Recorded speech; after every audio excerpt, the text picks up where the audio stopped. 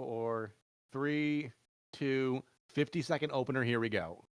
Sorry. Oh, I'm supposed to start work here tonight. Go ahead. Hey, you picked a good enough start. It's a little slow right now, but it should pick up. Okay.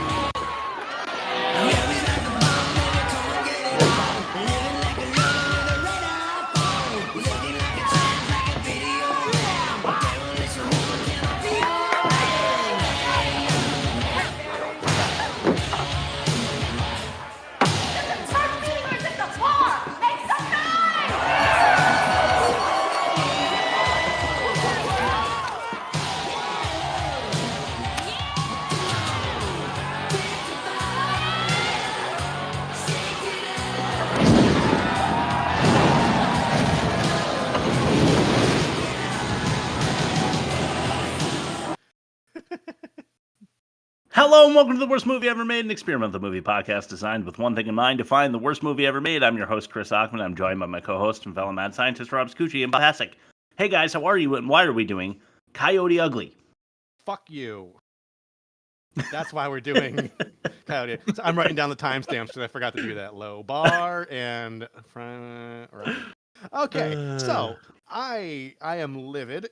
I am mad. I'm going to probably save all this for the catch-all, but we watched Coyote Ugly, a movie that is based on a bar franchise. So it's basically a 90-minute piece of marketing for a bar that I've been to in Nashville. That is, you know, it is like it is in the movies, but like there's only 10 people there, and then they get you on the bar and they make you dance. They made Stacy dance. We when we came down to Nashville for our wedding anniversary before we decided to move down here, we were like we did the Broadway thing, and there's like Dick's Last Resort, and there's a Coyote Ugly right next to it, and they pulled Stacy on the bar and made her dance the ballroom blitz, and then someone asked for water, and they don't spray you with water like they do in the movie. They just like ring a bell and make fun of you, but it's like manufactured outrage. And the outrage I have right now for Coyote Ugly, since we just watched it, is genuine. So I'm going to ask you, Bob, how are you? And would you like to describe this piece of shit, garbage, asshole, fuck, nut, idiotic movie that we're about to get into? Yeah, outrage is the right word, because I remember when this came out, I was like just recently out of college, and I'm like, this is the dumbest thing. I'm never going to watch this. I'm never going to watch this. Never thinking that I'd be on a podcast 20 years later. Exactly. All right, you want the bumper? Yes, I'll describe it. All right. Hey, Bob's about to do one of his famous movie explanations. What? Where? Why, what? Come on, man, out with it. We haven't got all day to wait. Oh, it's just over there. All right. Displeasing dancers drop drinks on drunk dudes. That's pretty much the entire movie. That's the entire movie. So, an extremely attractive Jersey girl. I'm gonna say it right now. I'm gonna put it out there because wow, yes. She heads to New York City to pursue her dreams of being a songwriter, which, and this is parenthetical, apparently only works if you live in the city. Okay. Right. Anyway. Yeah. She takes a job dancing on a bar and serving drinks and ends up battling her lifelong stage fright while doing so. She meets an Australian guy who consistently screws over. Wait. Who doesn't she screw over? I mean, honestly. We'll get into it. There's gonna be nobody learns anything. Nobody learns anything, and everybody is the same or worse off by the end of this movie. Fuck this movie. Yes. Okay. Yeah, and I think she's supposed to come off like charming and in the right, but sympathetic. She's supposed to come up as a sympathetic character. There are no sympathetic characters except for the Aussie dude. I think he's kind of sympathetic. I mean, like don't let the accent fool you. He was dealt a rough hand. And he's a little brash. He's a little witty, you know. But he's a little hard. Sure. His heart's in a good place, but exactly. And he ends up with her. That's bad. Yeah. It's true. And John Goodman has to be her father too. I mean, what's up with that? Yeah. That's the worst. I like that they introduce. I mean, this is a catch-all thing already, but like they introduced John Goodman at 2 minutes into the movie, and then we don't see him again until like 50 minutes into the movie. My daughter is 6 years old, and if she grows up to be this girl, I fucked up incredibly. All right. Speaking of the worst kind of girls, let's throw it to test number 1, the worst of its kind. Are we doing YouTube comments or no? Oh yeah. I even have it. Poo-poo and pee-pee on YouTube! Will affect you in the future. I didn't even read these. I was so mad. I took the screenshots and I just threw them into the document. So here we go. I'm doing this blind. I had time. It wasn't for lack of time. Yeah. This movie? Yes. Number 1, when people are saying the new Coachella style in 2022 is this movie ... Okay. Okay. Number 2, good old memories. Number 3. Gotta love them. Memories. Got to work at Coyote Ugly in Tampa when it first opened. There should be more to that. I mean, there should be more to that. I was hoping for a story, but no. Okay. Next comment. LMAO. The way Rachel punched that guy is iconic. Ha ha ha. Exclamation point. 3 rolling laughing emojis. Next comment. I love this movie. Next comment. I was 8 when this movie came out and saw it in the theaters. LOL. Good times. I know people are all just like bringing back memories but not extrapolating on them, which is really frustrating. Next comment. I was a senior in high school when this came out. I missed the early 2000s. Next comment. I love the optimism of the 90s. Next comment.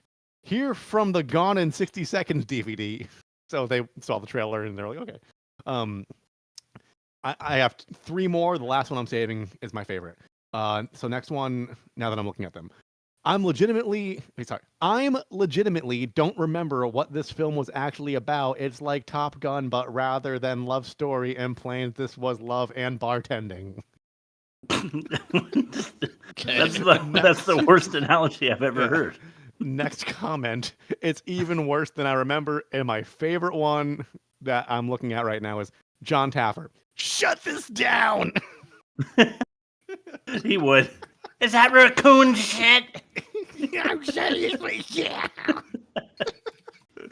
I gotta watch Bar Rescue. I've only seen clips of that show, but I need to watch Bar Rescue. Oh my god, it's amazing. That might be my next thing. I mean, I get to I hope on what we're watching next week, we have you talking about John Taffer and Bar Rescue. But that is another guilty pleasure show, of which I have many. So you can start your spiel about Jersey Shore and Love Island and all that stuff now if you want, or make fun of me for it later. But why don't we for now throw it to test number 1, the worst of its kind? It's fast food. You enjoy it, but you regret enjoying it. I'll just say that. Yeah. The airplane. The telephone. The electric light. The vitamins, radio, and even television. It's the worst of its kind. Okay. Burlesque with Cher. Anybody seen that one? Is that the one where she's humping the cannon, or is that the USO show? I get the two confused. I think USO show. Okay. That's a 37. Dreamgirls with Beyonce and Jamie Foxx is 79. Was that good? I didn't know that. Oh. Chicago with Richard Gere and Catherine Zeta-Jones in 86. We'll never watch. High Fidelity, which I'm sure that Rob has seen because it's starring John Cusack and Lisa Bonet. Like it. That's a good movie. I like it. Yeah, it's good. Bonet. 91 there. And The Proposal with Ryan Reynolds and Sandra Bullock, one that my wife has seen, said was like kind of crappy. 45, an average of 67.6. Coyote Ugly, what did that have? Based on YouTube, like 45. Okay. Yeah, I'm going to say 40. People liked it. A 23. All right, so they a deserving 23. I think that's about right. I think the critics were about accurate there. It's probably about a 23. It's not the well, I shouldn't foreshadow. Negative 44.6 and the worst of its kind. Let's throw it now to test number 2. Ain't that a pitch? How about that kinky sex? I can't resist your charm, Danny boy. Wow, what a pitch! All right. You cut out. What was that? I said I think I went first last. Okay. You want to go first, Bob, or you want me to go first? It's been a while. Sure, I'll go first. All right. And I'm ashamed of this one, although very proud at the same time. Okay, nice. Okay, my pitch for Coyote Ugly. There once was a girl whose mom expired. A girl who was a songwriter. At least she aspired. She meets a man with Aussie chops who wins her over without Cosby Drops and measures a good night by setting the bar afire. Funny you should say Cosby Drops, foreshadowing. Oh my god. That's fucking great. That was one of your best pitches, Bob. For sure. That was fantastic. Shit, who has to follow that? I laughed so hard I'll follow when I it. finished writing it. I'll follow it because I'm actually confident about this one. Okay, I like mine too, so we'll see. Violet is a songwriter, or so she thinks, but she doesn't like playing guitar, crowds, or trying to sing. A Jersey girl with a heart of turd. How will her music ever get heard? Better flash her jiggly bits to the entire scene. Yes. True. Yes. I hear that works. Okay, a booby bar with no boobies, no thanks. A bunch of tame, fake, sexy skanks. A bar full of cucks. And the manager sucks. But worse yet, they casted Tyra Banks. True. Why do a team? I'm voting for myself. I'm going for myself 4-5. I mean, Bob's was fucking great. I'm going for myself 4-5 as well. Want to do a team I'm going tie? for myself 5. So what does that mean? 4, 6, 9? That sounds like the correct math. Let's just do a team 4, 6, 9 and tank this and see if we can make it lose to Manos. Hey, I think this is our last. Is this our last chance? Next week's our last chance to tank Manos, right? No. I think it's next week our last chance. Yeah. All right. Yeah, I think so. Okay. Let's hope. But we lose track of episodes all the time because we did 9 instead of 10 like idiots anyway. Yeah, we're fucking morons. What was the whole point of that? Well, we had a whole bracket idea and 8 made sense. And then we stopped doing that like 27 seasons ago. So it's 9 a season now. All right, speaking of offensive, let's throw it to test number 3, the motive. Is the girl safe? Got a great app. Mrs. Trent, you better stay with the car. Stay here alone? Not on your life. You can sit right here on my thing. Modern women. Got a great app. Yeah, they've been that way all down through the ages, especially in a spot like this. The most offensive. Yeah. Number 5, bar owner babe with bad business blueprint. And by this I mean, she's got fire marshals and cops coming in all the time because they know that like she is running a bar a way that no one ever should, like by lighting the bar on fire and giving out free drinks and allowing fights and no boobs and like it's just the lamest biker bar ever. But her alcohol waste, I can't even imagine. She'd be out of business in a month. Oh, there was a point where there was a fist fight and then she was like, "All right, free drinks for everyone." Like there's 300 people in there. Yeah. Are you fucking serious? You're out of business now. Great job. Give away the entire bar. Anyway, that just bothers me. Maybe more than most. 4, practically petrifying Poppa popping a Yui on the Parkway. Yeah. Rob mentioned this in our text stream. Yes. Yeah, the guy that just had a heart attack, right? Yeah, I know he broke his leg in a car accident, probably because he had a heart attack in the car and drove into someone. Because instead of eating lean cuisines and Brussels sprouts and whatever else, he's eating KFC and McDonald's constantly, making in poor taste John Goodman is fat jokes, which I did not include, but I thought about. Yeah. But yeah, I mean, Jersey's driving past the tolls and she's going to do open mic night for the first time and like really show up and do it. And then she literally like crosses like 6 lanes of traffic to do a U-turn back after to the he toll was booth. traumatized by being hit by a car at that very immediately after. Like he just got out of the hospital. And they're like, okay. Yeah. How much more fucked up can you be? All right, how about our first clip of the day? All right, what we got? What's this one called? This is number 3. This is Dying. Hi, I'm Violet Sanford. I just recently moved to New York, and I was wondering if you could give my tape to one of your artists. Violet, that is so cute. Now let me tell you about me. My name is Wendy, and I first moved to New York when I was 21 to be a dancer, but I broke my big toe. And then I got knocked up by this actor who dumped me to join the Peace Corps. So for the last 16 years, I've been raising my daughter all by myself. And then 2 weeks ago, she tells me that she is a bisexual and that she hates me more than any person on this planet. Unbelievable. Now, tell me how I can help you, please, because I am dying to make your dreams come true. You know what I love? When I make a simple request to a person to do like a kind act of bureaucracy and they just wield their terrible life over me as if it's my problem. Yeah. Yeah. That's my honestly. favorite thing in customer service. Hey, my internet's slow. Can we see what's going on with my data? Well, yeah, like my kid crashed the moped into my car. I don't give a shit. Fix my internet. Yeah, it's horrible. But then what's worse even still is that the fact that her daughter is a bisexual is supposed to be the it's supposed to be a scarlet letter. Yeah. Yeah. So that's awful. They're just saying that if you work in the entertainment industry, you can be an asshole and people will deal with it. That's what they're saying. Yeah, that's what they're trying. Like everybody in the industry is shitty, and they're not going to do you any favors. You have to make it on your own, kind of deal. Yeah. Hey, I don't know if you guys noticed this one. This is number 2. Navy nerds nabbing and dry humping tap house hooker. And I. So she's not a hooker. She's totally a bartender, but it worked for the alliteration. So at some point, there's like a bar full of dudes, and it's getting out of hand. So Jersey picks up a mic and starts singing to get everybody's attention. But as that's happening, there's a bunch of Navy guys that literally stole the other blonde bartender, and they're all just like dry humping her in a circle. She's like, help! Like trying to get out, and all these Navy dudes are literally just like fucking humping her.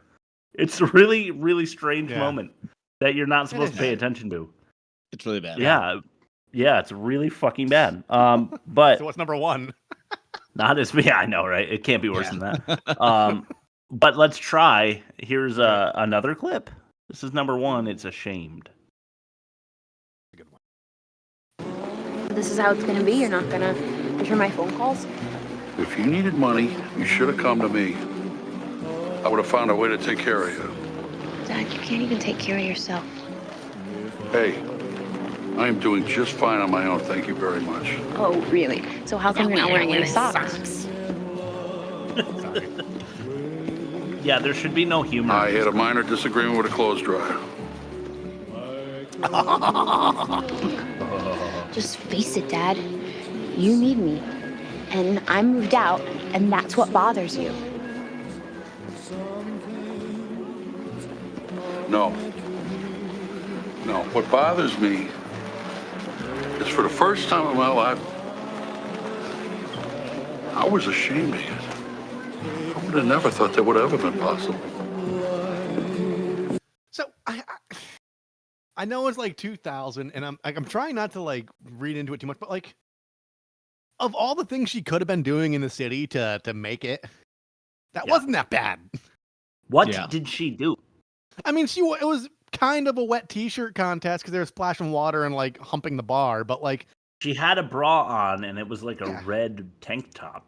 Yeah, so couldn't see shit. She was just going like this with her head, and he was like, "Oh my god, my daughter in a sexual situation can't handle that because I'm a baby." Girls half her age are like thirst trapping on TikTok now. So like, I mean, what would John Goodman do now if he saw his granddaughter like, doing that instead? I will say this as a parent of a child that old. I will say if I saw that, I'd be like, "Oh, they do have a job. Thank God." Yeah, they're making their own way. I wasn't sure where you're going with that. Yeah, I mean, she really isn't doing anything wrong. Like she's dancing. It's not even like I support any woman who has the gumption to make money doing what you're doing to make money. Like if I could make money that way, I would do it too. You know what I mean? So like, who am I to judge? Anyone should and could go and take advantage of their natural blessings, so to speak, and I hope that you do. To that point, let me get the calculator Rob's out. selling foot pics.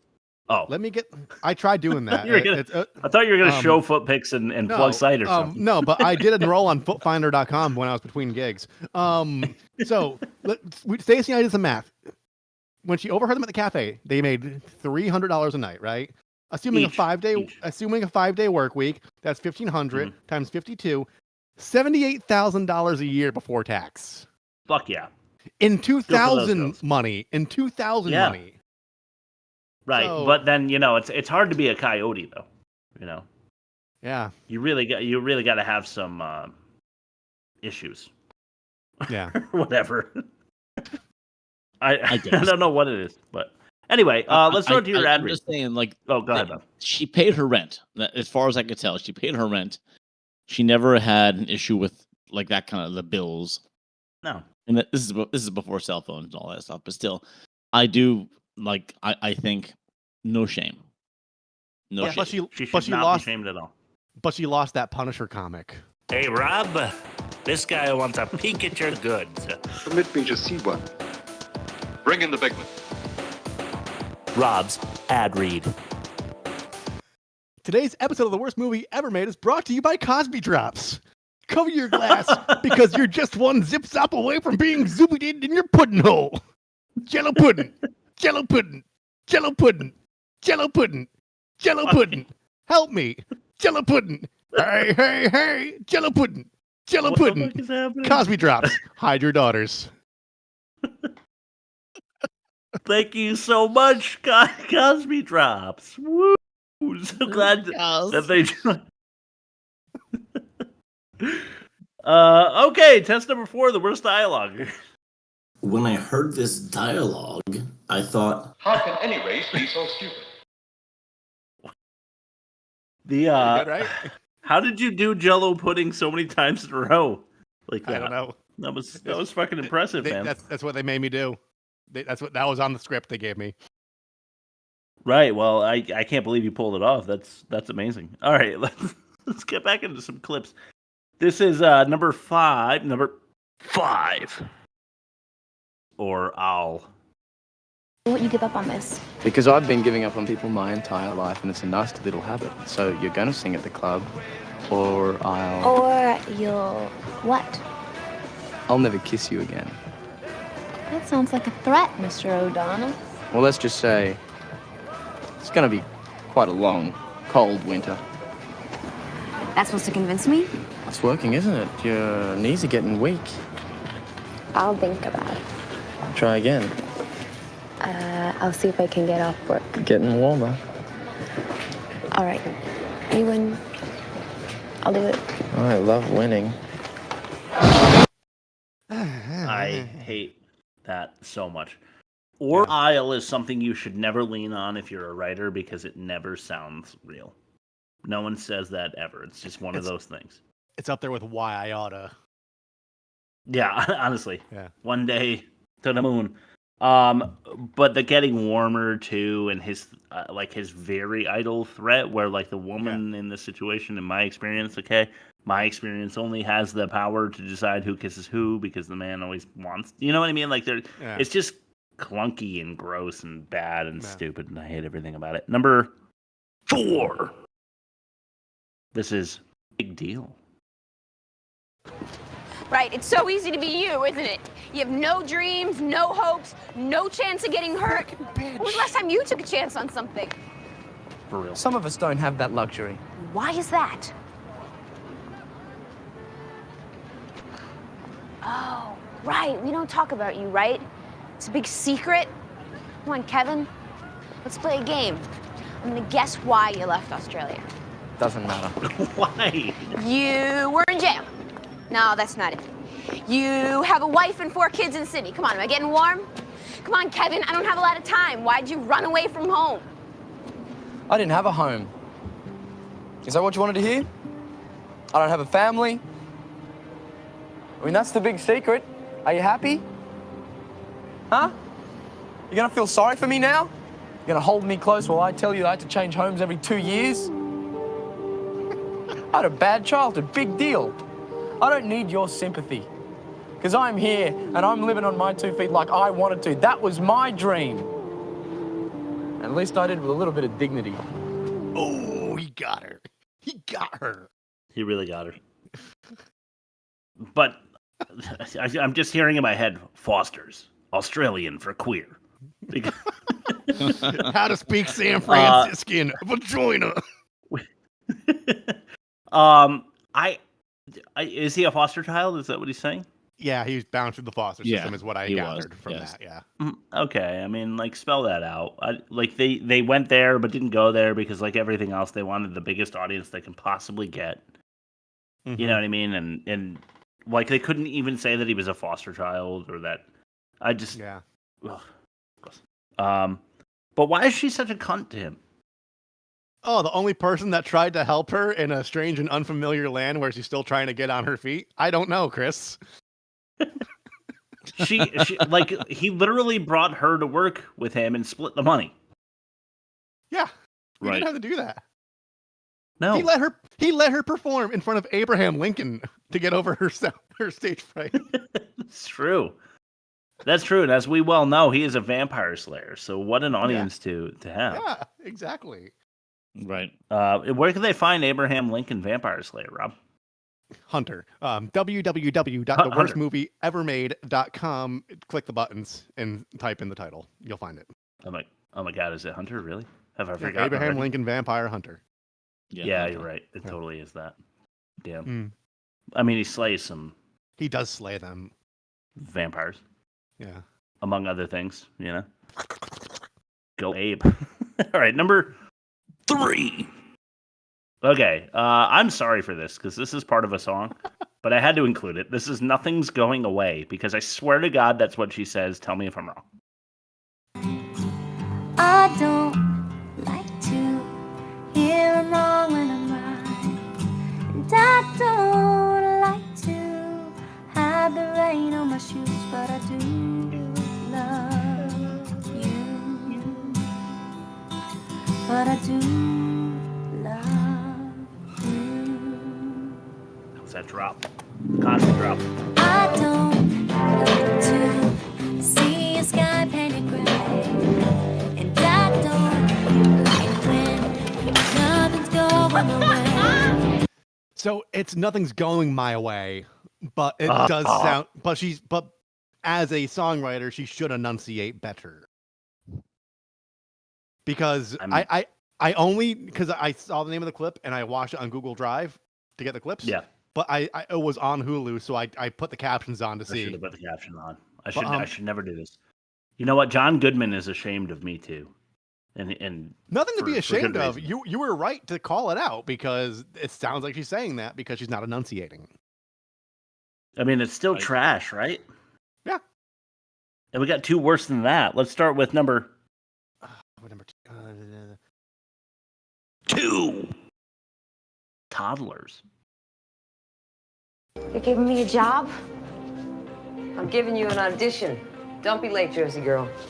I don't mean to press my luck, but would you mind telling me why you're hiring me? Because the average male is walking around with a toddler inside of his pants. A 2-year-old right there inside his dockers. Ew.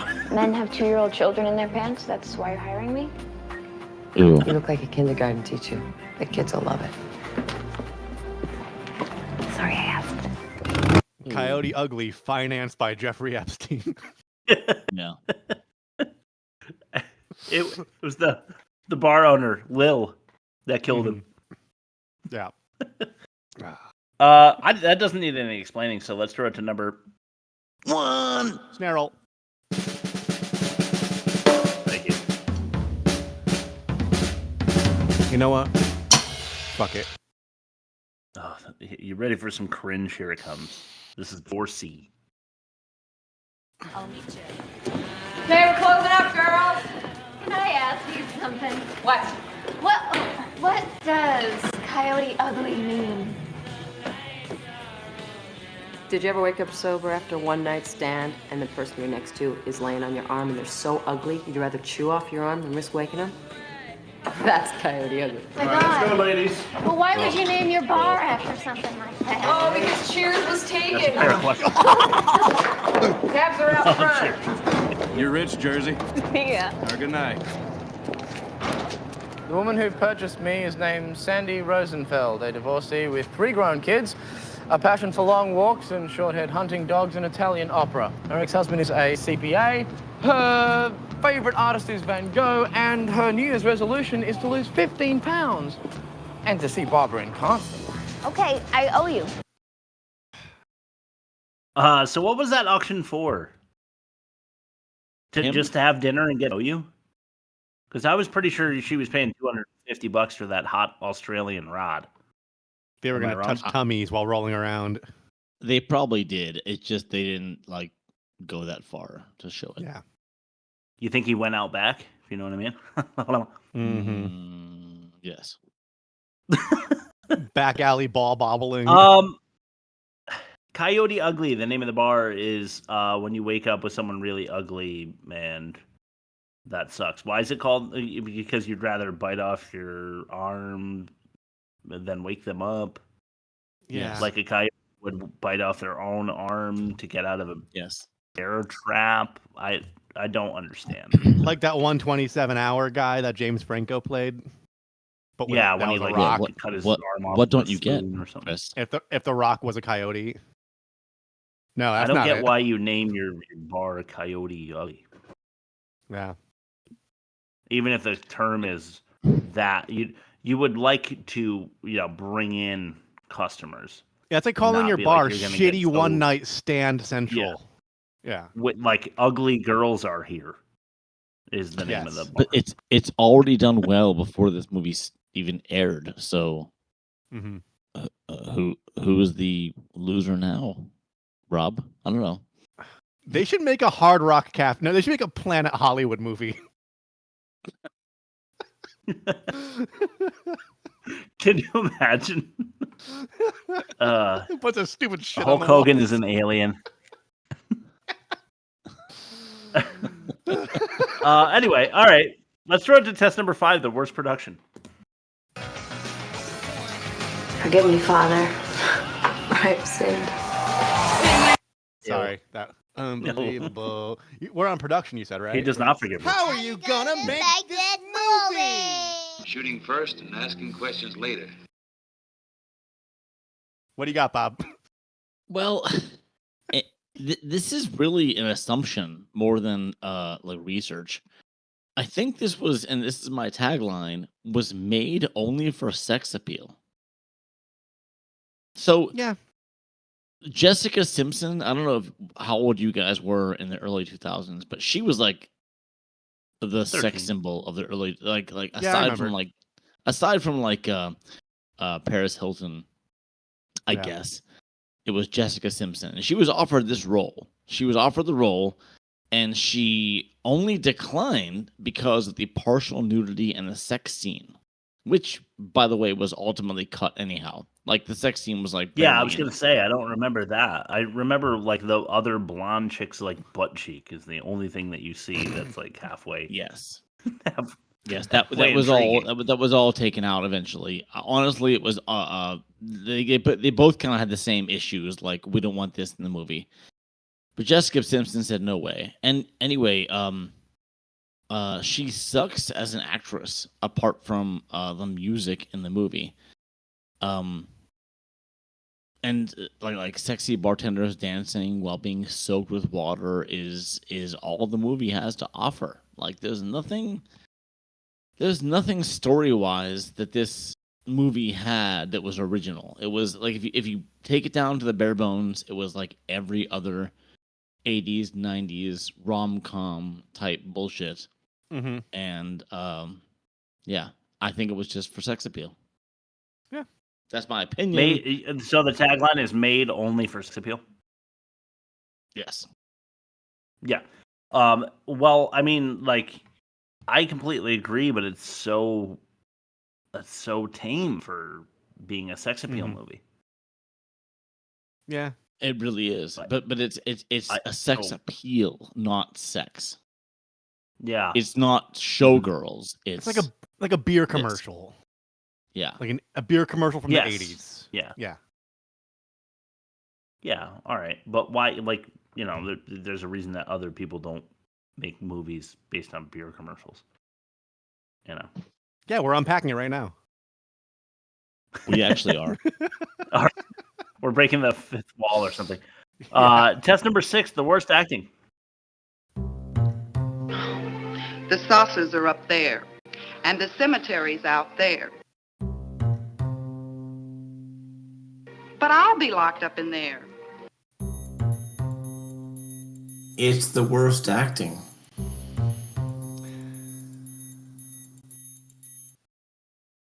Number 1, Daddy. Proud. What is this?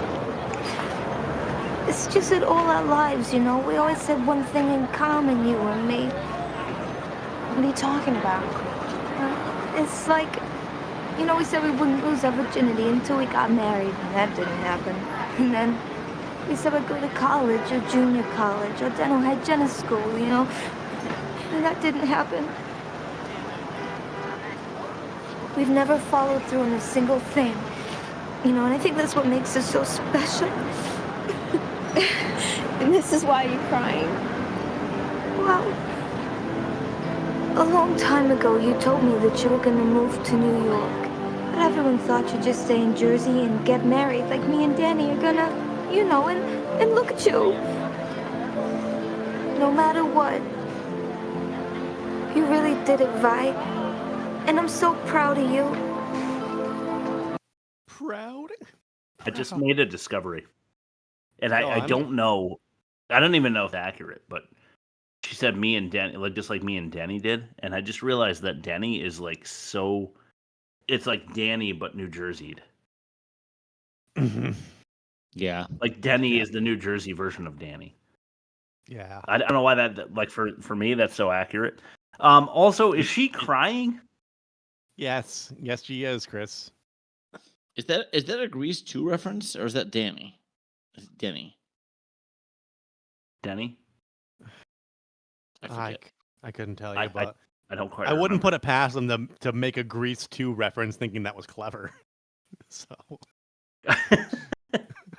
I think it's because of his Australian accent. It sounds like Danny. Yeah, maybe, but I don't know. Anyway, every time that I ask, like, is she or is he crying, that means it's acted very poorly. Which, you know, if you go through our entire catalog, I ask that question a lot because we get a lot of bad acting. Can't tell if they're supposed to be crying or not. But you know, Bob, you brought up Grease 2. I'd love to do it again because it was done before we had our particular style of doing things that we're going to hold to. So, you know, don't do this to me. Don't do that to me. I haven't seen it in like 6 or 8 months, and you know, I'm starting to get the itch again. So, all right, sure, why not? Sure, why not? Yeah, let's throw it on the poll next season. Number.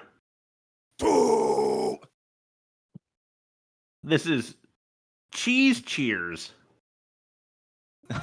Jersey. Jersey is an ex-kindergarten teacher and a former nun who just escaped from the convent and is tired of being the only virgin in New York City. Would anyone like to buy her a drink? Yeah, Lenny in the background.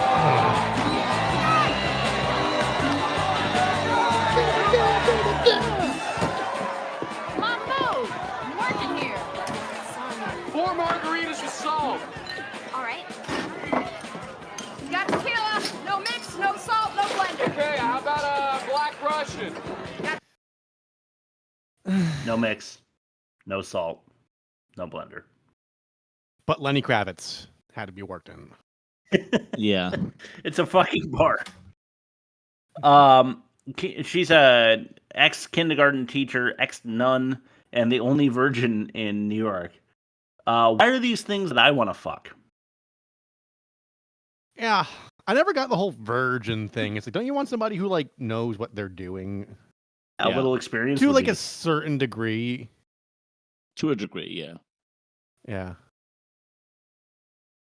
All right, let's throw it to number Hyman Pez. 3. This is Cheese on the Keys.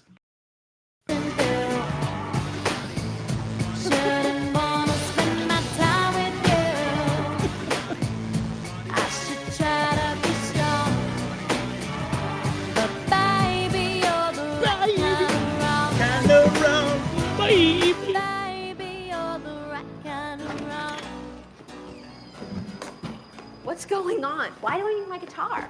You'll find out soon enough. No. This is one of those things, once again, where the soundtrack doesn't exist in their reality. So she sees some dude breakdancing, like, I don't know, like across the alley in like his own apartment with his window closed.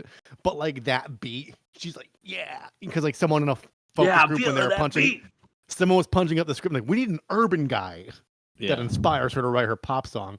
And then it's like some like 45-year-old dude like this at the board meeting with his arms crossed.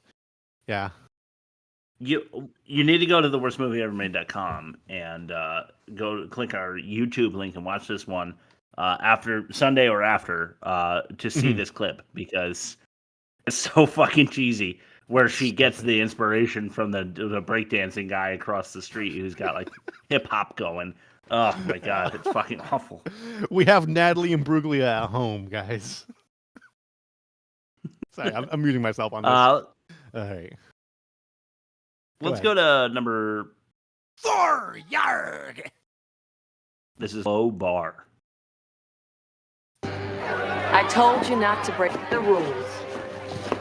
What are you talking about? I'm talking about you and your boyfriend making a scene in my bar. I'm talking about a friend of mine inside with a broken nose. The rules were simple, Jersey. I fired girls for a lot less. What, so I can't have a boyfriend now? What kind of stupid shit is that? Hey, this place is my home, and I'm not willing to risk everything I have on your personal life. It's business, plain and simple. This is not business. I work my ass off for you, and you're supposed to be my friend. I never said I was your friend. I'm your boss, and you knew the rules like everybody else. You stop with the rules. It's a bar, for Christ's sake.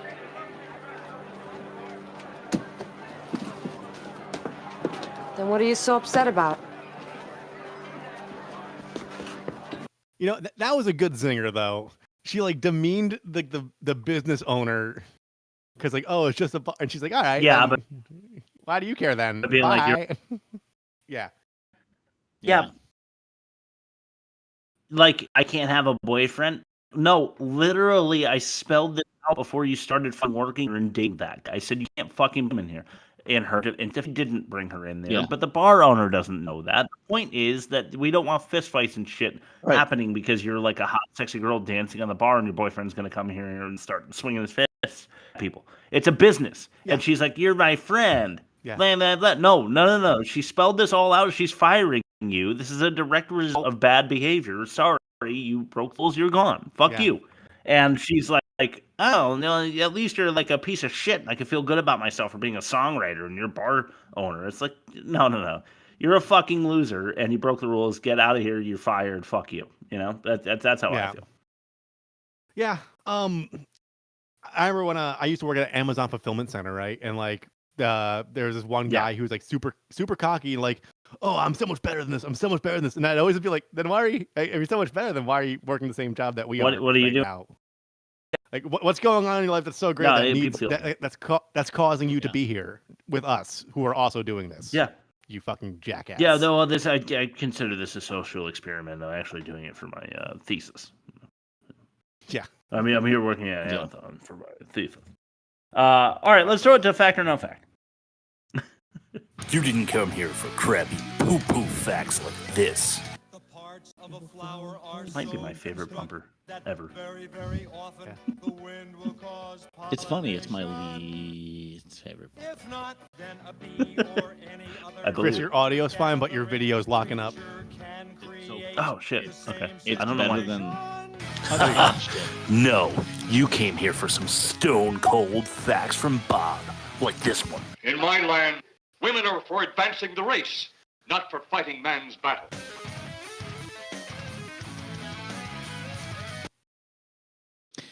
see if that. I couldn't think of a better title for a Coyote Ugly than Ugly Coyote. So there it is. Well, I mean, that's fair. All right. Fact or no fact is me giving you 4 things that are real and 1 thing that is a lie, and you trying to find out the lie. Here we go. Leanne Rimes did all the singing for Piper Perabo, who was the lead actress. Okay. Second, Piper Perabo used a body double for the sex scene in the unrated version of this movie. Third, Tyra Banks tore her meniscus dancing on top of the bar. I hope so. Fourth, this film was partially inspired by the life of choreographer Lorianne Gibson, who actually worked on this film's choreography. And 5, some of the girls dancing on the bar during Devil Went Down to Georgia were actual staff of the original Coyote Ugly bar. Find the lie. Okay. I believe the Leanne Rimes, because wasn't Leanne Rimes on the bar in the final scene, like doing a duet? At the end, yes. Was, yeah. So the only reason she would have been on set is if she had some skin in the game, and that is by doing all the music for the no talent hack that is pretending to be her, I guess. This will come up in the catch-all for me. Piper use a body double, so reverse stunt cock. Yeah, reverse stunt cock. It's like a reverse cowgirl. Jesus. Reverse coyote. I'm guessing.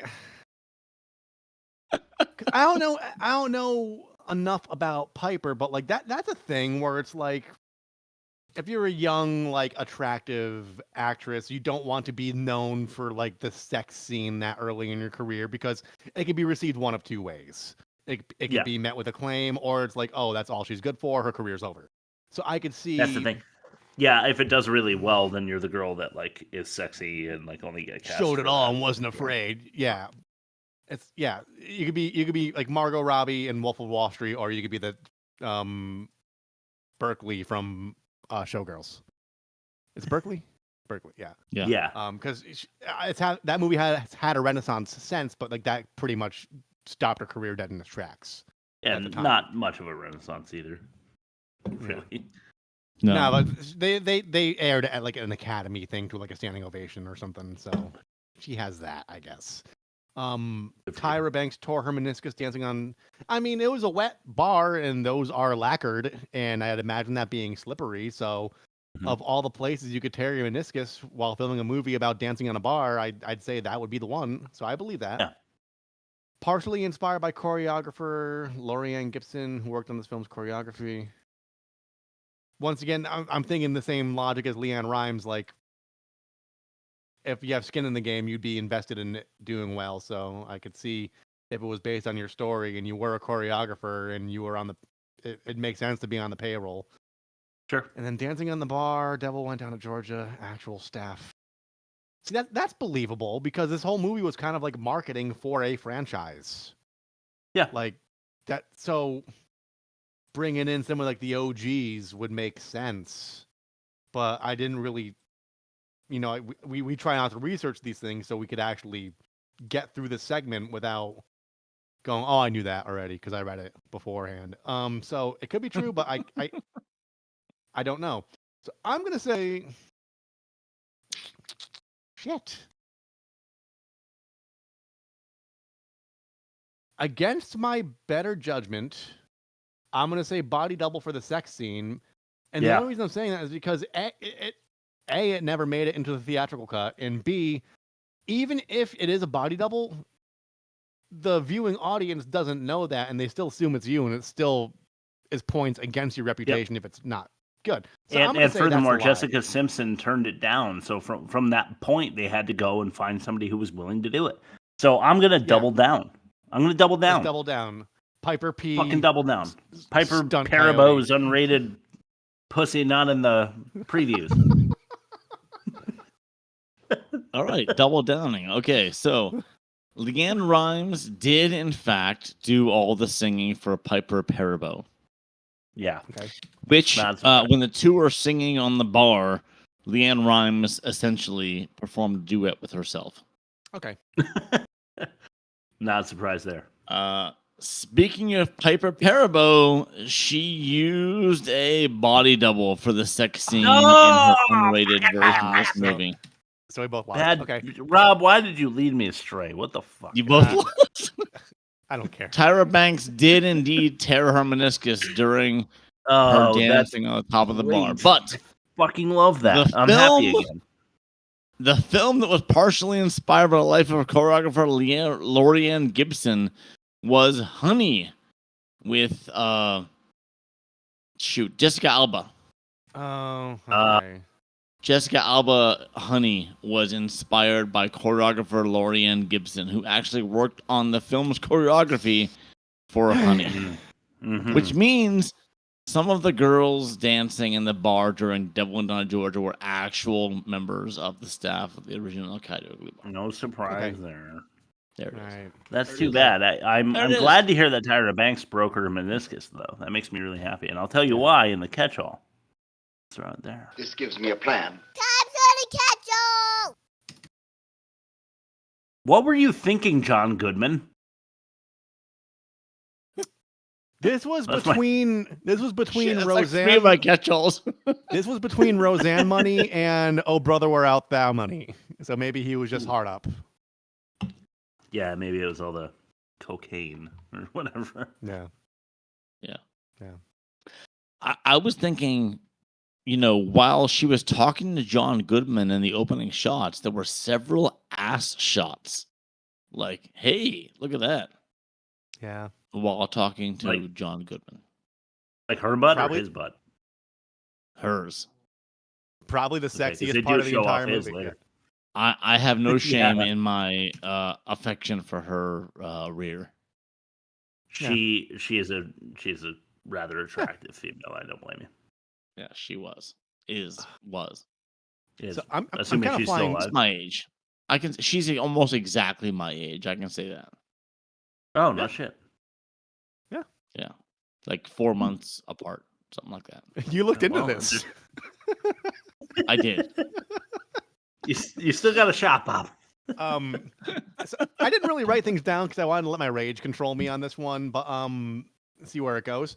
My biggest beef in this movie on the first, second, and third act are the shifts in temperament. She moves to New York, her confidence gets shaken way too easily, and then she puts herself on a pedestal way too easily, and then everything falls apart, and she reacts in a very volatile way way too easily.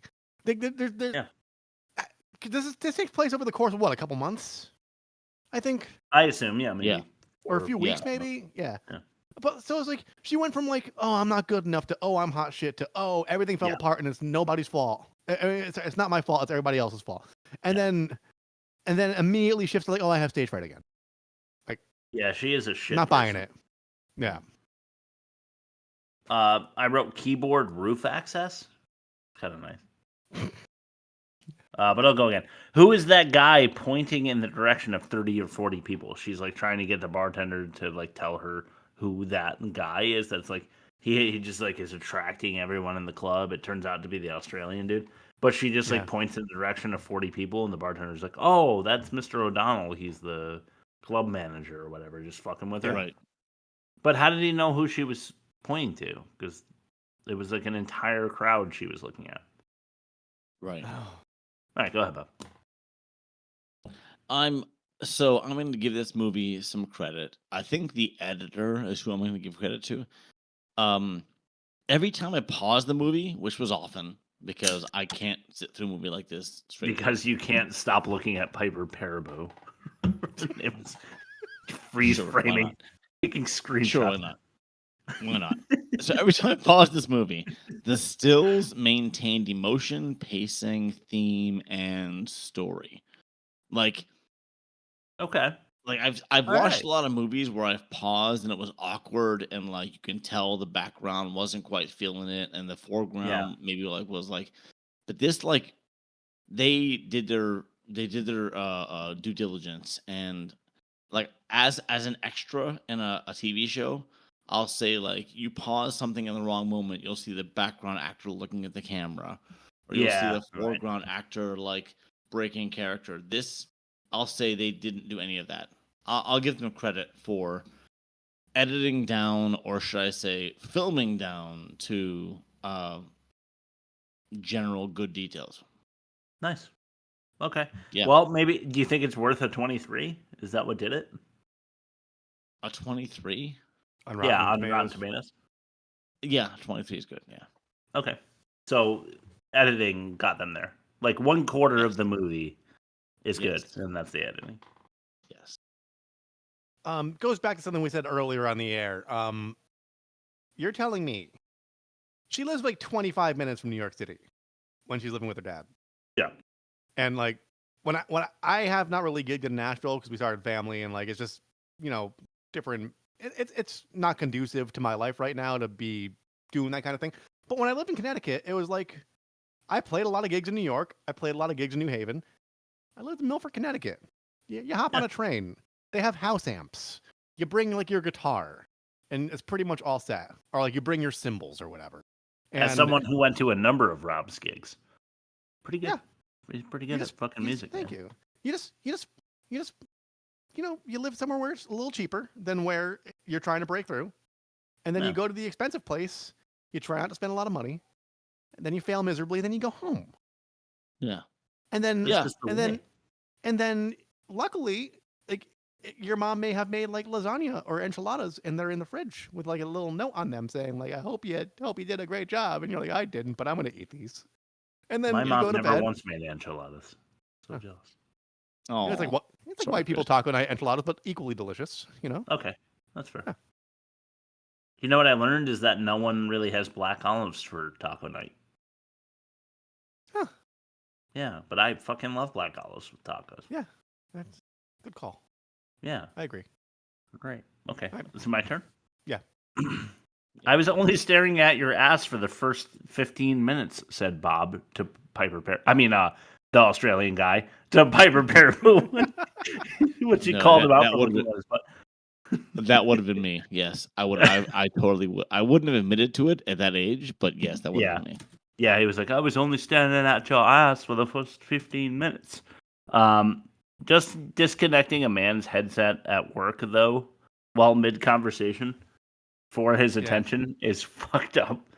She's like trying to get this guy who's like at a like, you know, CD producer's office, and he's like very busy, and she can't get his attention. She disconnects his headphones to talk to him. I would have been like, get the fuck out of here. That was P. Diddy before he raped people. You know, like that's what I was. He was a hot commodity. He was a bad boy for life back then. That was Puff Dad. He just came out as Puff Daddy instead of Sean Combs or whatever back then. Yeah. Go ahead, Bob. All right. The WGA, or the Writers Guild of America, only gave credit to one writer for this script, but 8 writers contributed on this script, including Kevin Smith, the writer of no kidding. Works. Yeah.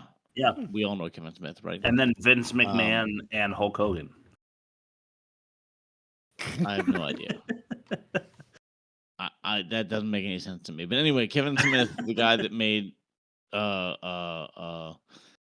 Clerks and Mallrats, Dogma. Yeah, exactly. Yeah, he was one of the 8 writers who wrote this script, but the original script was given credit to a woman who actually wrote a screenplay that scarcely resembled this film. Like, it actually didn't resemble it at all. But they only gave her credit, even though it was rewritten pretty much, I'll say 80%. Yeah, by committee, probably. Yeah. That's just how it works. That's just, in general, how it works. Big pet peeve I have. Miming musicians. Naturally, you're on a soundstage and you're miming, but the snare hit is on 2 and 4. Yeah. And the drummer's just going all over the fucking place. Yeah. You couldn't Roadhouse with Patrick Swayze, the blind dude Yeah. who plays a guitar on his lap. Yep. That was good miming. Granted, they probably captured like hours of footage, and every once in a while, like the drummer would like choke the crash cymbal when like you heard like hi-hats or something, and like that's fine. That happens in music videos. You're working with a lot of footage. Whatever. But this was like blatantly like not in sync. And it happens if it's a movie about a musician trying to make it, when the background guys in Roadhouse have a better grasp on miming the music than the chick who's trying to make it in the city movie, you have a problem. Yeah. No, I completely agree. And Roadhouse is a far superior movie, in my opinion. Yeah. I would watch Roadhouse every time if I had to choose. Yeah. 2 beers. I'll have 1 beer. This is a trope we're very familiar with. Yeah. But to piggyback on that, hell no H2O. Great way to like dehydrate and maybe kill your customers. Yeah. Overserving, underhydrating. Yeah, there's we do not serve water here at this bar where you're getting really, really drunk. We're just going to shoot water into your fucking face if you ask for it, you pussy. You know? Yeah. Like that's a bad business model. This is what I'm talking about when it comes to the blonde bartender who was kind of hot for being 54 or whatever she was. Yeah. You know? Yeah. Just speaking of bad bartenders, I'm gonna say don't want to go to a bar where I can't hear anything but women yelling at me and making me sticky. But not we could all do that at home, am I right, brothers? Hey, you know what I mean? Yeah, I've got some Di-Serona. I can pour that on my wiener.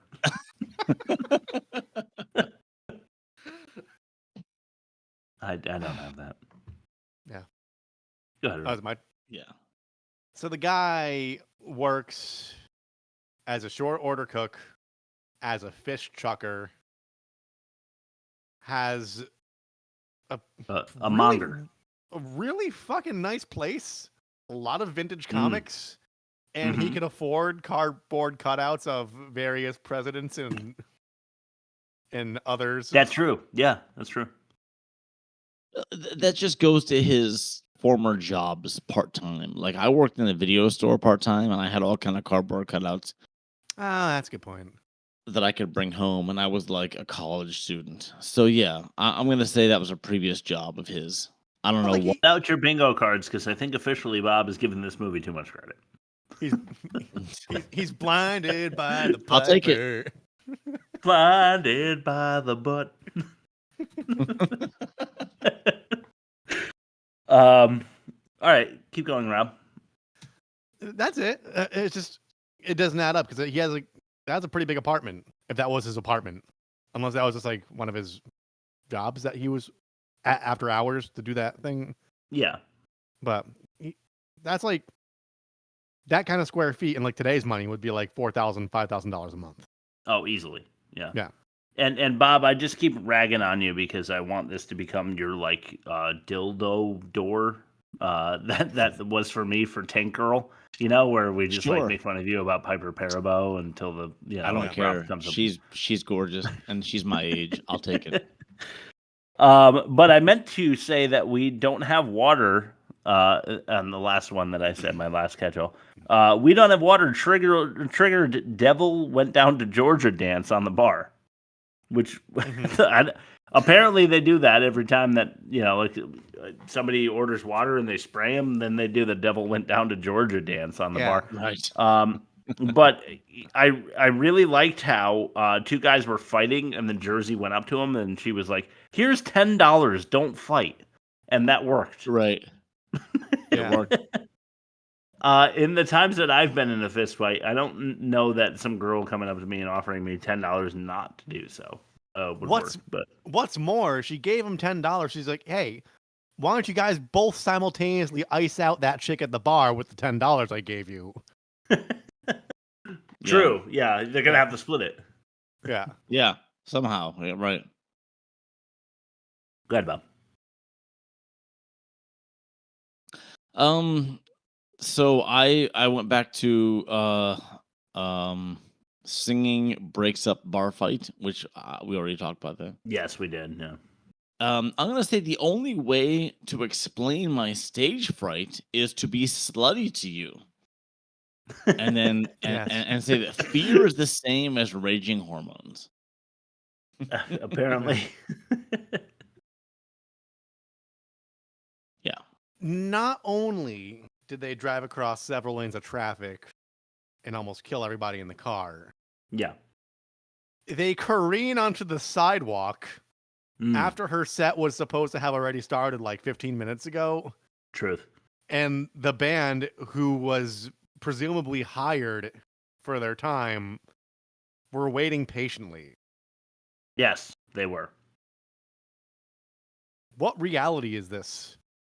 Not one that exists. Okay. No. Yeah. Yeah, exactly. And just to add to that, no rehearsal. Right. So she could sing, she could play guitar. She made CDs with that little like iMac that's got the cool colors and like the wiki the little like piano DJ that thing. goes. But I doubt she could write sheet music or notate it or like do Nashville numbers or like give them a chord chart.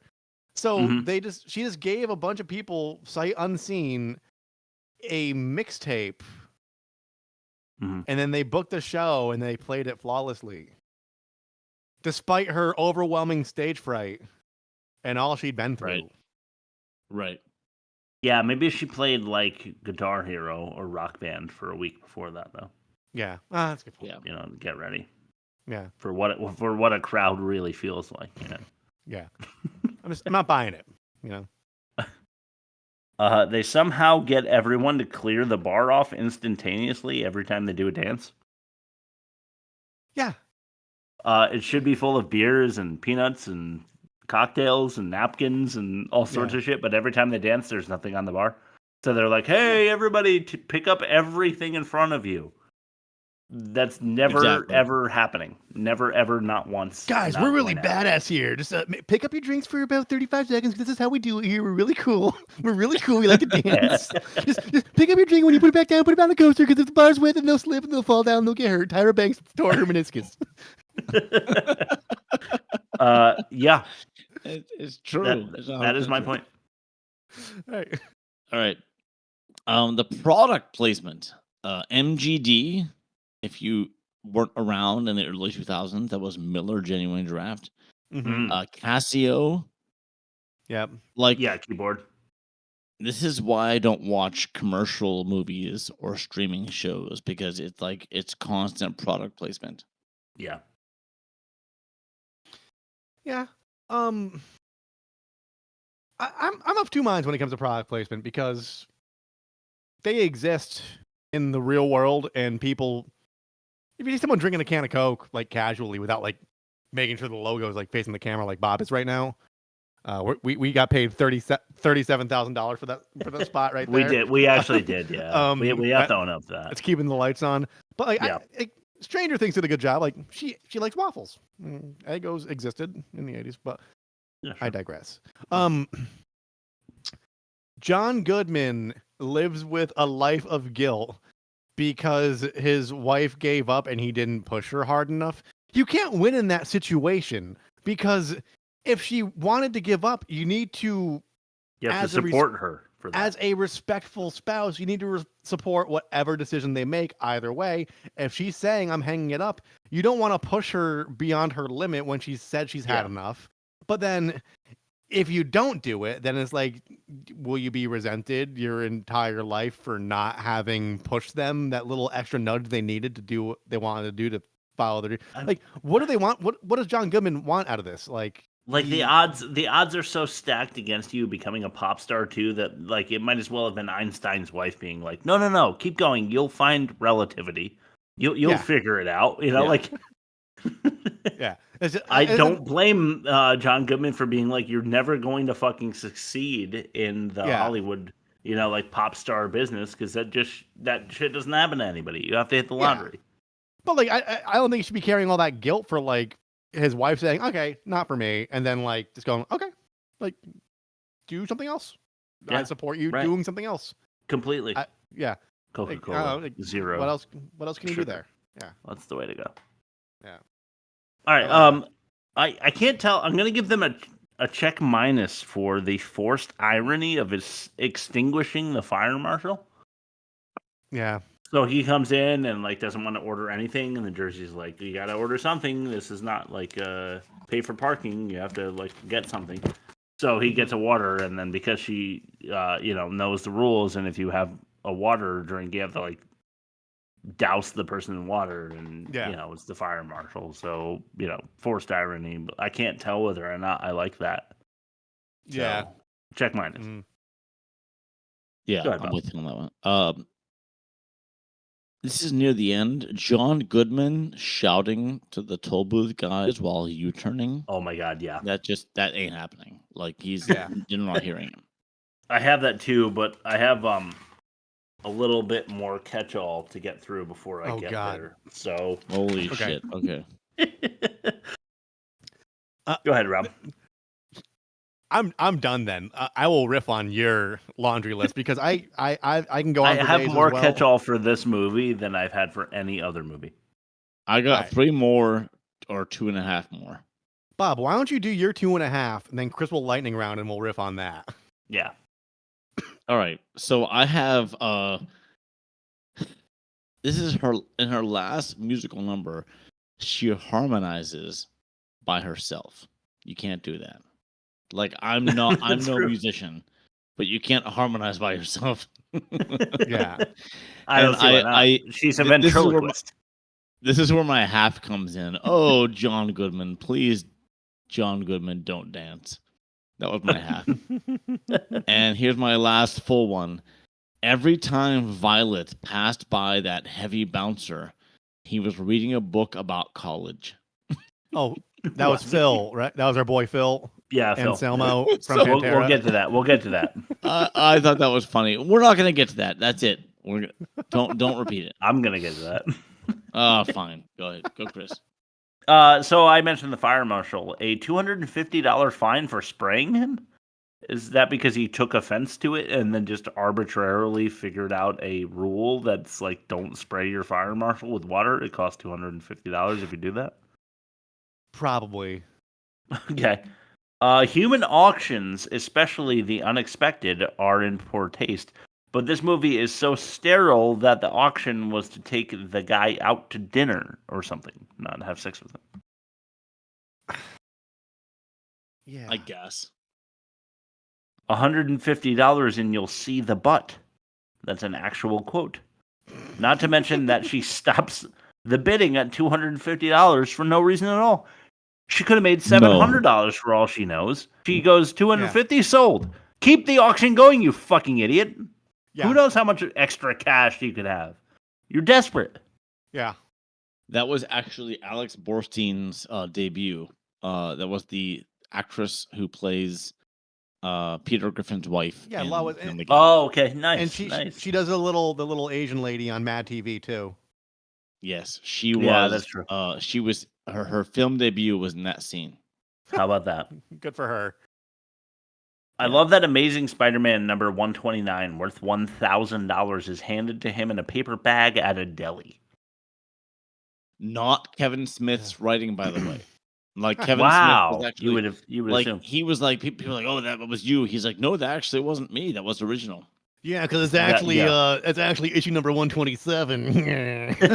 Yeah, something like that. You can't just bring people to work with you to help you. Yeah. Well, yeah. I mean, if you're on like a fish dock, I mean, who's really? You just make sure your quotas are hit, you know.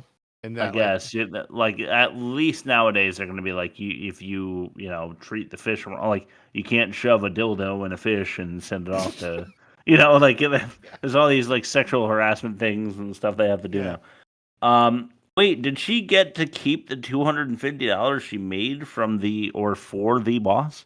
Because she's like, what do I do with all this cash? Do I spend it? Yeah, I spend it. Yeah. It's probably not the 100. Anyway, Coyote Ugly softball? Are we talking softcore shortstops here? Because like she's stripping. Just softball, man. Yeah.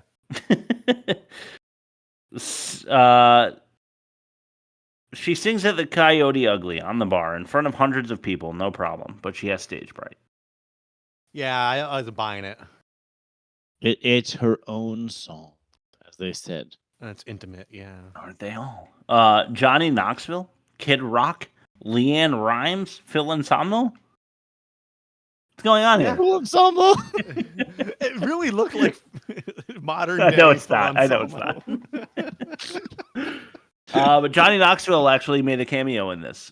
He doesn't have a line. He doesn't have a line, but he's like the buddy of a guy who has a line, and he It's makes like a free stupid Jackass. Yes, it is. He probably took the gig so we could fund Jackass. Yes, probably. Yes, probably. She should be kind of loaded by now, shouldn't she? Like if she's making $300 a night for weeks. Yeah. Here's a trope for you: lyrics. She's writing lyrics on her commute on the train. It's like how many times have you seen that? It's like 8 Mile, but better. Yeah, for real. Here's a clip. Oh. This is called Private Ryan. Oh, yes, it is. Pay attention, okay? 20. 20 says it's Pretty Woman. I will raise you 10 because it is Home Alone. Aren't you guys have to read the signs? I call with Saving Private Ryan. What? Let's flip this over. And Miss Jennifer from Austin says her favorite movie is... There's no way. You already saw this one. Oh, you are such a cheater. Hello, a naked girl in army boots? Easy play to call. Thank you. So Saving Private Ryan is her favorite movie, the Playboy. Yeah, I guess Which so. one is it? Yeah. Playboy. Yeah. So many issues at the end presents too much conflict. It's honestly groan worthy in my opinion. So the dad gets in a car accident. She loses all her money. She gets fired. She blah blah blah, loses her boyfriend. There's just too much shit that happens to her that they're trying to make you feel down, but they're forcing it too hard. And you're at a certain point, you're like, fuck this. I don't know. If it wasn't for the podcast, I would have given up on the movie 10 minutes in. But at this point, I definitely would have given up on it because this many shitty things does not happen to a person in one day. Yeah, it gave me Stacey likes all the crime and medical procedurals like Grey, Chicago Med, Chicago Fire, Chicago PD, Law and Order, all that. And it's I was getting that vibe. You're in the precinct. I understand. You're in the special victims unit or whatever.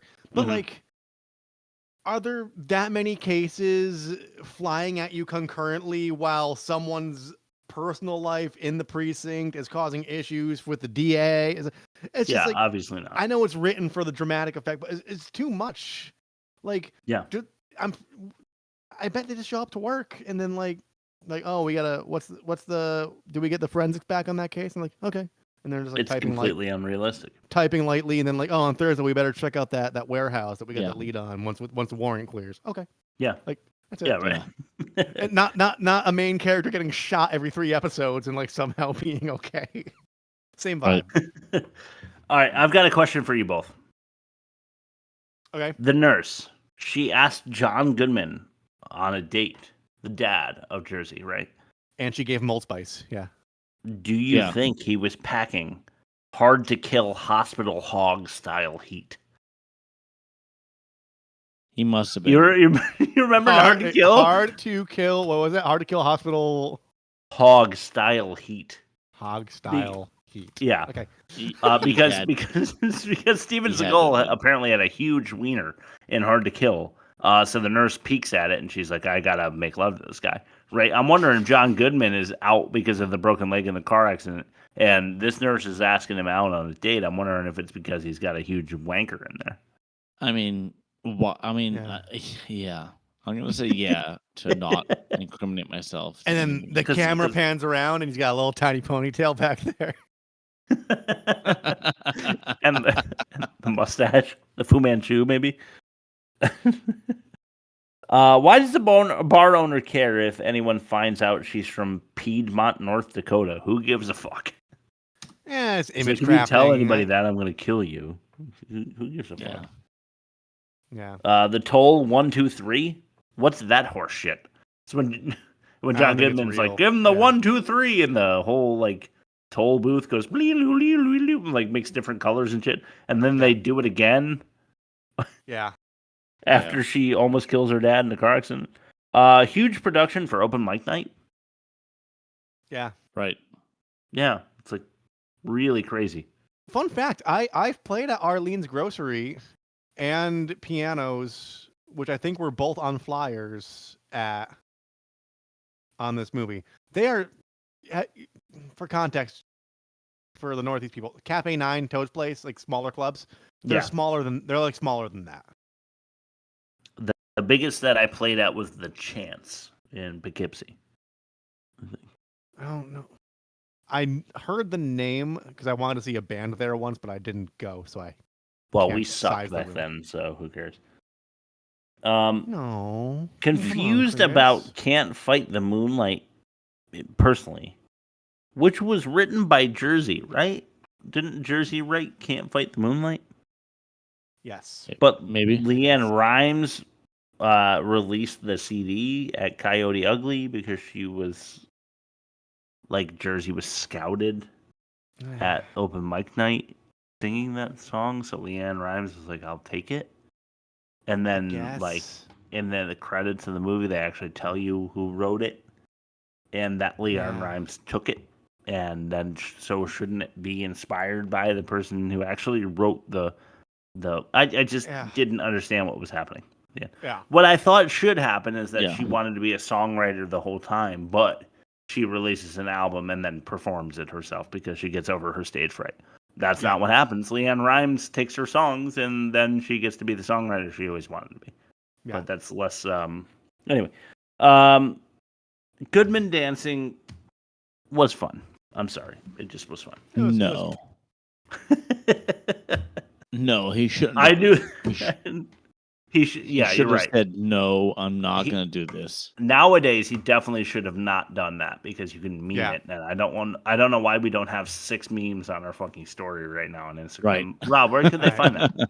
www.theworstmovieevermade.com, and then you click the Instagram and you click the TikTok, and there's all sorts of fun stuff on both those things. I say what you do is make your best John Goodman dancing GIF and then send it to us somewhere on socials, and we'll post it for you. Yeah.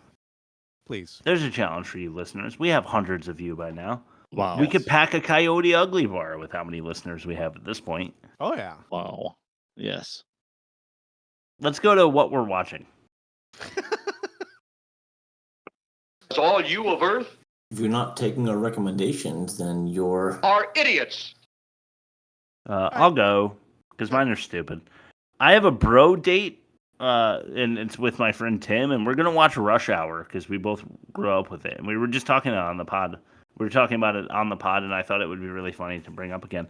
I don't know what it is about Jackie Chan. He's just so watchable. And Chris Tucker is not my favorite, but he works somehow in Rush Hour. He works in that context. I've seen it 12 times. I can't wait to watch it with my friend Tim. But also, I started Suburban Commando, which I had to stop. But that is a future episode candidate because it's got Hulk Hogan in it, who I was just making fun of this episode.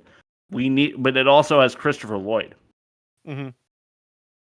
So I'm just saying we got to get it on the pod. Suburban Commando, you got to check that out. It's it's Hulk Hogan as a space commando who lands on Earth to help Christopher Lloyd gain the confidence he needs to get a raise. So there it is. I'm down. Go ahead, Bob. All right, I have 2 things. The first is The Other F Word from 2011. It's called The Other F Word. It's about punk bands speaking about fatherhood. That's where the F word comes in. Wow. Right. It's like a punk doc about raising kids, but it treats the audience as if we don't know that these musicians are humans. They're regular people, man. Yeah, exactly. Yeah. And it irritated me because I was of the exact age of these guys raising kids, and I'm like, I'm not a punk musician, but I still subscribe to the same like ideology, and I can like separate the two things. Like, I got to raise two decent human beings, but I still want to be indie in the sake of like fuck the machine, fuck the corporations, but at the same time like I got to raise two decent citizens. So it was insulting watching this. So I gave it like, I want to say I gave it like 2.5 stars out of 5 because it was like, I know these things. Any intelligent human knows these things. Yeah. But the documentary made it like, hey, this is like the revolutionary. You don't realize that these people deal with these things. Anyway, I it's on Tubi. I wouldn't recommend it. Speaking of things that I already knew growing up, but I'm going to say I saw the movie anyhow. It was Less Than Zero, 1987. RDJ. Andrew McCarthy, Jamie Gertz, Robert Downey Jr., James Spader. It was about a coked out and drunk Robert Downey Jr. who makes problems for everybody and then dies. That's the whole movie. The only way that that's separate from reality is that he's still alive. Yeah. And honestly, I saw like promos for this movie, and like I had the 45 of the Hazy Shade of Winter soundtrack song from the Bangles, and I'm like, I gotta watch this movie someday, and I never watched the movie, and I lived 48 years without watching this movie, and I finally watched it, and it was okay. It was better than the other F Word. I gave it like 3.5 out of 5 stars. It's okay. It's nothing groundbreaking. It's nothing interesting. But it's okay. All right. I will not be checking that out. It's a Bret Easton Ellis adaptation, so it's the same author that wrote American Psycho. Ah. Oh, okay. It's the same novelist. That. Yeah. I think the one of his earlier adaptations. That makes sense, actually. What do you got, Rob? I've been on a true crime bender. So, last podcast on the left, they recently got a new host after the Kissel controversy, I'll call it. They did a 3-part take on the Warrens, the Connecticut, the Connecticut demonologists that they based the Conjuring franchise on. Yeah. And it's all really bullshit. good. Yeah. It's a really good rundown on like their life and times, like what they sincerely believed and how they embellished what they sincerely believed for the sake of capitalizing on it. That was fun. And then you turned me on to JCS Criminal Psychology. Yes. I watched a bunch of those. He hasn't updated in a couple of years, so no, it's been forever. I subscribe, but I'm waiting. But Explore With Us is another they're pretty channel. good. They're pretty good. They're JCS inspired. Yeah, same wheelhouse, same kind of narrative structure. I watched one about this kid Brian Coheet. Okay. He's just like a teenager. He's like like 19, 20 years old, I think. Yeah. And mother was cleaning his room and found like body parts. Oh, I think he might have even said that. And they go through his whole interrogation. Him just like he admits to everything, but the part that was really fucked up was the cops show up with the warrant and they're like, "What's going on? What's in the house?" He's like, "A human head and severed human hands," like matter of factly. So I've been watching that kind of stuff. I've been liking the documentary because like I like when they go through these interrogations and then they pause and like the narrator says something really pithy. He's like, yeah, right, yeah. No, I love that. That's why JCS is so good. Yeah, JCS when the girl like locks her husband in like a suitcase and like just leaves him to die. Yeah. And like he's like she's like, "I'm telling the truth," and like he paused like she wasn't telling the truth. Yeah, right. It cracked me up. As it turns out, she wasn't telling the truth. Yeah, so I was doing like last podcast on the left, JCS and Explore With Us has been kind of my thing this week. No real movies. I've been on like a. Sometimes I like storytelling. Sometimes I just like information being rattled off at me in a humorous way. I get it. So, yeah. So that's all right. Let's throw it to back credit names. Yeah. Stupid! Stupid!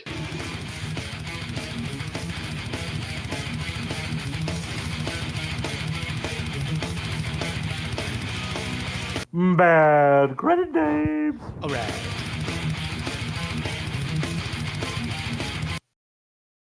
Buddy Joe Hooker. Nice. I mean, he's been on the pod a million times. Yeah. Bob, this one's for you. I'm sorry, but Piper Paraboo. Her name just sucks. Yeah. You'd think that she was from Australia with a name like that. I hope she sucks. Oh, God. Udi McCoy? McGoy? I don't even know how to say the last name. It's McGeoy. McGoy? Mm-hmm. Udi McGoy? Bud? Someone named Bud? Yeah. Timothy Boot? Okay. Clifford Clatt? Ew. And then my winner this week is not that funny, but his name is Don Goodman. Okay. Okay. Being in this movie with the name Don Goodman must suck. Yeah. Yeah. There's John Goodman, and then there's you. Yeah. By no relation, Don Goodman. Other Goodman. Right. Less good, in my opinion. All right, let's start with the offensive minigame. Say, Lieutenant, did you get that funny odor? How could I miss it? That's the smell of the offensive minigame. Fuck up father, or terrifying turnpike turnaround. I'm gonna go with the turnpike turnaround. Actually, yeah. It was a different Wow, time. okay. The dad was trying his best, misguided, yes, but like she almost committed vehicular manslaughter on several different levels. Okay, I like it. Yeah. Woman watching wizard, or military men molesting a barmaid. Military man molesting barmaid. Yeah, barmaid. Yeah, this is more Wow. Fuck this movie. Torgo touching temple tits. God, I had to go so basic at this point. I don't know what to say because I've ended up talking about Torgo's, molesting every week for 7 weeks. So Torgo touching temple tits, or daddy unduly disappointed in desperate dancing daughter. Temple tits. Temple tits. But doesn't matter because Coyote won. Doesn't matter. Yeah, Coyote Ugly won. Doesn't matter, yeah. All right, so let's sort of the movie comparison to see how Coyote Ugly does the rest of the way. This gives me a plan. Let's compare the movie. I hope Coyote wins. Hands, the Hands of Fate, or Coyote Ugly. Hands, the Hands of Fate, negative 51.4 and worst, or Coyote Ugly's negative 44.6 and worst. Obviously, it's man. I'm sorry, but it is 7.2%, or whatever. Worst. Numbers don't lie. Yep. I say our team 4.69 ought to wash the Bob 4.75. It's only 0.07 difference. But numbers matter. Says the math teacher. Yeah. Computer science. Fuck. All right, fine. Bob, you win. Offensive, we just established his guy Coyote Ugly. Dialogue is Manos. Yep. Yeah. No budget, low budget, or just for sex appeal, or only for sex appeal. No budget production wise. It's still a winner. Still worse. Yeah. Yeah, I agree. Acting is Manos. Yep. Torturing teens, or I wrote crappy cameos like Kid Rock, Phil Anselmo, and and Johnny Knoxville. Is that demerits? Yeah, and demerits, or torturing teens by way of the cops. Yeah, I think Phil Anselmo. Yeah, let's go with the crappy cameo. Okay, by sweet. proxy. But fine, the worst movie of the season is still Manos, The Hands of Fate. Or Hands, The Hands of Fate. Yeah. Next week, do you guys know what won? I haven't looked since I voted for Bob's movie. He finally got one through. I voted for it too. Yeah. We all made it happen this week. The Glove. All right. Here's the bad news. Listening audience, you have to watch it on Tubi because the only copy I could find online was like the YouTube version with like subtitles from Netherlands Chechnya. or something like that. Oh, Jesus Christ. No. Okay, The Glove Right. with Rosie Greer, 1979? 1980? Yeah. Yeah. That's the one. Okay. Christ. Mhm. I can wait for that. Rob, why don't you plug us and throw it to Bob's last word?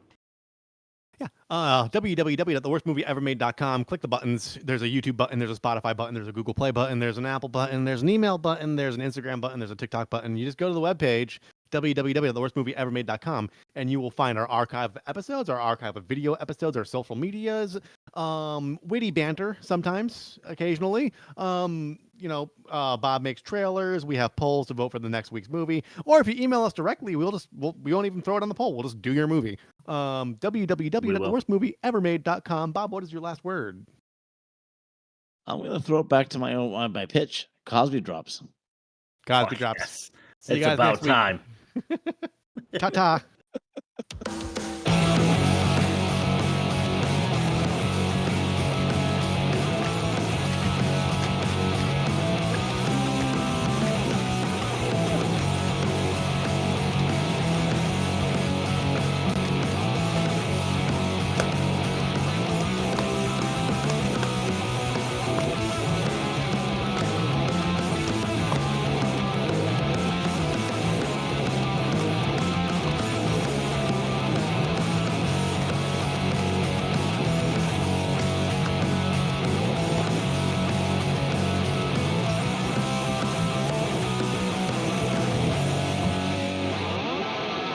Look at me. I'm dancing like a Coyote Ugly.